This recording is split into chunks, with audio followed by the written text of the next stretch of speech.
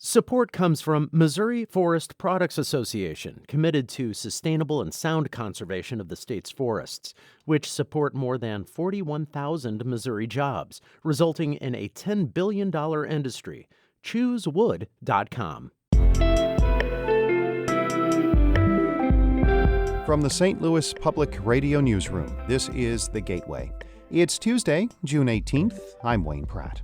Ahead, Harris-Stowe State University President Dwuan Warmack. He's moving to another historically black college and says a lack of state funding is a challenge for HBCUs in Missouri. The state of Missouri has to become very serious about investing into the two public HBCUs that are here. Harris-Stowe and Lincoln play a significant role. St. Louis Public Radio's Andrea Henderson speaks to Warmack about his 5 years at Harris-Stowe.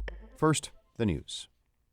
A former FBI agent who helped the St. Louis prosecutor with the case against former Missouri Governor Eric Greitens is facing 7 felony charges for how he handled the investigation.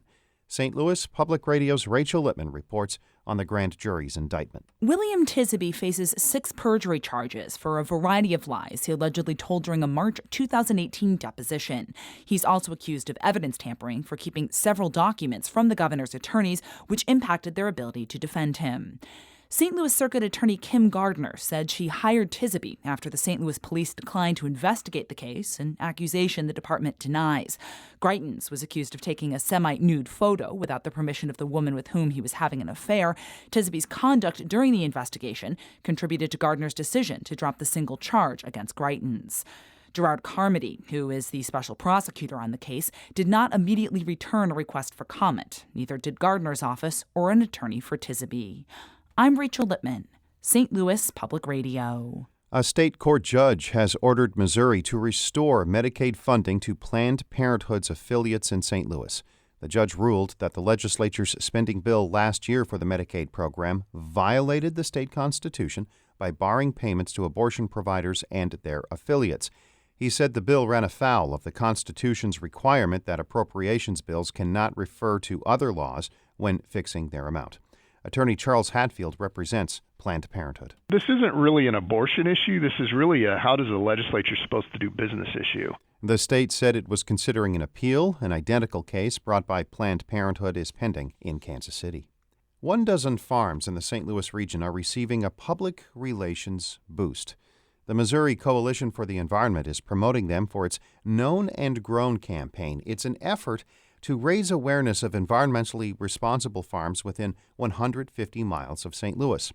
Coalition Food and Farm Director Melissa Vatterott says a farm needs to be more than local to join the campaign. We are not allowing synthetic chemicals to be used, and farmers need to be using at least 2 conservation agriculture practices, which indicates that they're committed to soil health and water quality. The campaign also requires livestock farms to use rotational grazing, making sure animals are not always grazing in the same area of pasture.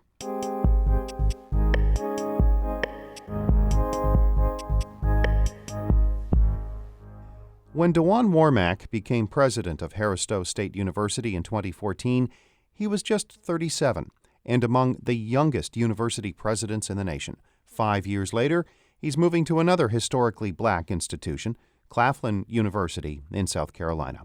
St. Louis Public Radio's Andrea Henderson spoke with Warmack about his time at Harris-Stowe. Outstanding students, amazing faculty, staff, and alumni. So there's a variety of things that I'm excited about. But if I were to say just the holistic development of our students coming to Harris-Stowe one way, transforming and leaving as global leaders. That's what I'm most excited about. But I think other than that is how we've been able to assemble an amazing team and cultivate meaningful relationships in the greater St. Louis community and have a significant impact on the economic development that's happening in the St. Louis region. You've been there for 5 years, right? 5 years. Why do you feel like now is the time to move on to Claflin University? In this line of work, there's never the right time, right? So it was a hard decision. And, we, my family and I prayed about it and really did some soul searching. And this is where God has us to go during this season. And so it was, once again, I wasn't job searching, wasn't looking, wasn't in the market. But this opportunity came. And sometimes when God knocks on that door, you have to be obedient to what he has next for you. Being a young president of a university, I'm pretty sure you have encountered so many challenges. What were some of those? I look at every challenge as an opportunity, but if I had to outline some, it's, in this society, as isms are real everywhere. So when I say isms, I mean racism, sexism, ageism, all of those isms. And so there's sometimes folks with an ideology that thinks that because of a certain age that you may not have some knowledge or skill set, but it's easy to overcome once you allow your core competencies and your ability to speak for itself. And so overcoming that early in my career, that has not, like I said, after 6 months, I think folks learned very fast that wasn't part of the conversation or the narrative anymore. And so we would work together to continue to build the legacy that we've built thus far at Harris-Stowe State University. So what do you think are some of the challenges that still present itself to historically black colleges and universities like Harris-Stowe and Lincoln University in Jefferson City? HBCUs have historically been a leader in this country of producing African-American graduates and continues to be. I think very specifically to the two HBCUs here in the state of Missouri, I think it's the state of Missouri has to become very serious about investing into the two public HBCUs that are here. Harris-Stowe and Lincoln play a significant role. Harris-Stowe has been around 162 years of educating this greater St. Louis region in the state of Missouri, and Lincoln has been a leader as well. But with only two HBCUs in the state, with less than 5% of the state appropriations going to those HBCUs, that's a problem. And so the investment into those HBCUs to ensure that not they're just successful today and tomorrow, but for the next 100 years and making an impact in the St. Louis region and throughout the state of Missouri. So your last day is July the 31st? Yes, ma'am. That's my last day. And what's next for Harris-Stowe? We're about to open up a new campus, and you're the first to hear that, in North St. Louis. I won't disclose where. We're also in the process of building a new 250-plus bed residence hall. We'll break ground this summer. We're about to open up a student union, do construction on the student union, and renovation of our library. So Harris-Stowe's on a great trajectory. I'm confident the team that is there will continue to propel this institution to be one of the leaders, not just one of the best HBCUs in this region, but it will happen to be one of the best small liberal arts focused institutions with a concentration in STEM and business as well. Do you feel like you left anything on the table? No, I have not one regret, not one feeling like I wish I would have done something different. No, we gave it our all, and I'm proud to see the success that we've had, and I can't wait to see what Harris-Stowe continues to do in the future.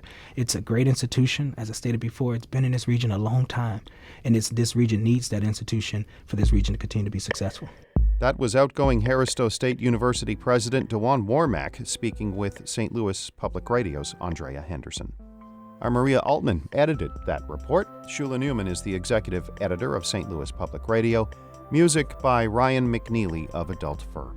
I'm Wayne Pratt, and from the St. Louis Public Radio Newsroom, this has been The Gateway.